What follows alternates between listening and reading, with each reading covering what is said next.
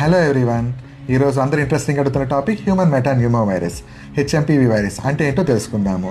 Pneumo virus అంటే pneumonia causing virus, అంటే మన ఊపిరితిత్తులకి నెమ్ము చేసే వైరస్ అనమాట. ఇది ఆల్రెడీ 2001లోనే డిటెక్ట్ చేశారు. అంటే మనకి ఆల్రెడీ ఈ వైరస్ పాతదే అనమాట, కొత్తదైతే కాదు. అందరికీ ఇమ్యూనిటీ డెవలప్ అయిపోయి ఉంటుంది. సో మనం ఈ వైరస్కి అయితే కంగారు పడాల్సిన అవసరం అయితే లేదండి. మనకు ఆల్రెడీ ఇమ్యూనిటీ అయితే డెవలప్ అయి ఉంటుంది.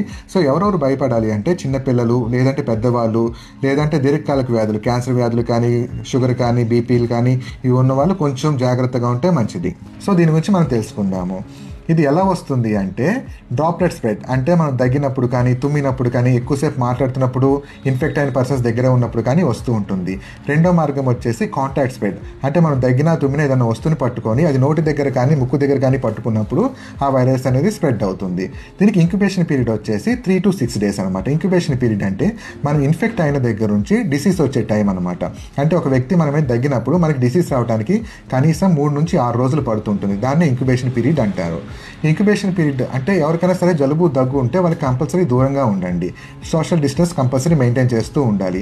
దీనికి లక్షణాలు వచ్చేసి ఫస్ట్ జ్వరము, ఒళ్ళు నొప్పులు, నీరసం, అలాగే ఊపిరితిత్తుల ప్రాబ్లమ్స్ వచ్చేసి జలుబు, దగ్గు, ఆయాసం మొదలగినవి. అదే చిన్నపిల్లలు అయితే పాలు తీసుకోవడానికి కానీ, ఫీడ్ తీసుకోవడానికి కానీ చాలా ఇబ్బంది పడుతూ ఉంటారు. సో మనకి దీనికి తీసుకోవాల్సిన జాగ్రత్తలు ఏంటి అంటే SMS అంటే sanitiser, mask, social distance. Sanitiser ఏదైనా వస్తువుని పట్టుకున్నప్పుడు వెంటనే శానిటైజ్ చేయడం కానీ, హ్యాండ్ వాష్ చేయడం కానీ compulsory.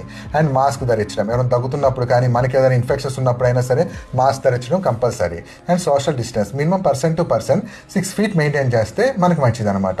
And also stay hydrated. ఏ వైరస్కైనా సరే ఇన్ఫెక్ట్ అయితే అన్నిటికంటే బెటర్ మెడిసిన్ వచ్చేసి వాటర్. ఎంత వాటర్ తాగుతుంటే అంత మంచిది అనమాట. తర్వాత వచ్చేసి ఫుడ్, కరెక్ట్ ప్రాపర్ డైట్ తీసుకుంటూ మంచిగా హైడ్రేటెడ్గా మంచి వాటర్ తీసుకుంటూ ఉన్నాం అనుకోండి, మన డిసీజ్ అయితే ఏమీ చేయదు. అసలు హెచ్ఎంపీ వైరస్ టెస్ట్ ఎవరెవరు చేయించుకోవాలంటే నార్మల్గా ఉన్న పర్సన్స్కి అయితే అసలు అవసరమే లేదు. ఎవరికైతే దగ్గు ఎక్కువగా ఉండి ఆయాసం వస్తుందో, లేదా జ్వరము దీర్ఘకాలికంగా ఉండి తగ్గట్లేదో వాళ్ళు ఈ పరీక్ష చేయించుకోవాలి. ఈ పరీక్ష రెస్పిరేటరీ వైరస్ ప్యానెల్ అని ఉంటుంది. అసలు ఏ వైరస్ ఎఫెక్ట్ అయింది ఏంటో మనకు తెలుస్తూ ఉంటుంది.